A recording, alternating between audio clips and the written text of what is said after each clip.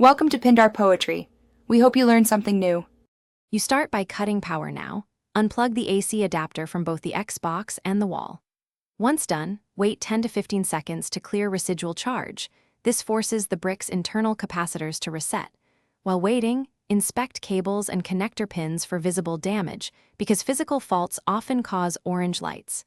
Make sure the outlet is live by testing another device.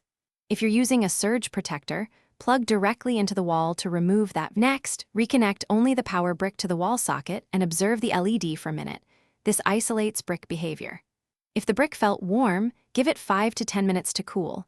Thermal sensors can keep it in orange standby to prevent damage. Once cooled, plug the console back in and power on. If the orange persists, swap to a verified good cable or outlet to rule out mains or cord faults, because the problem can be external to the brick itself. Finally, perform a full power cycle.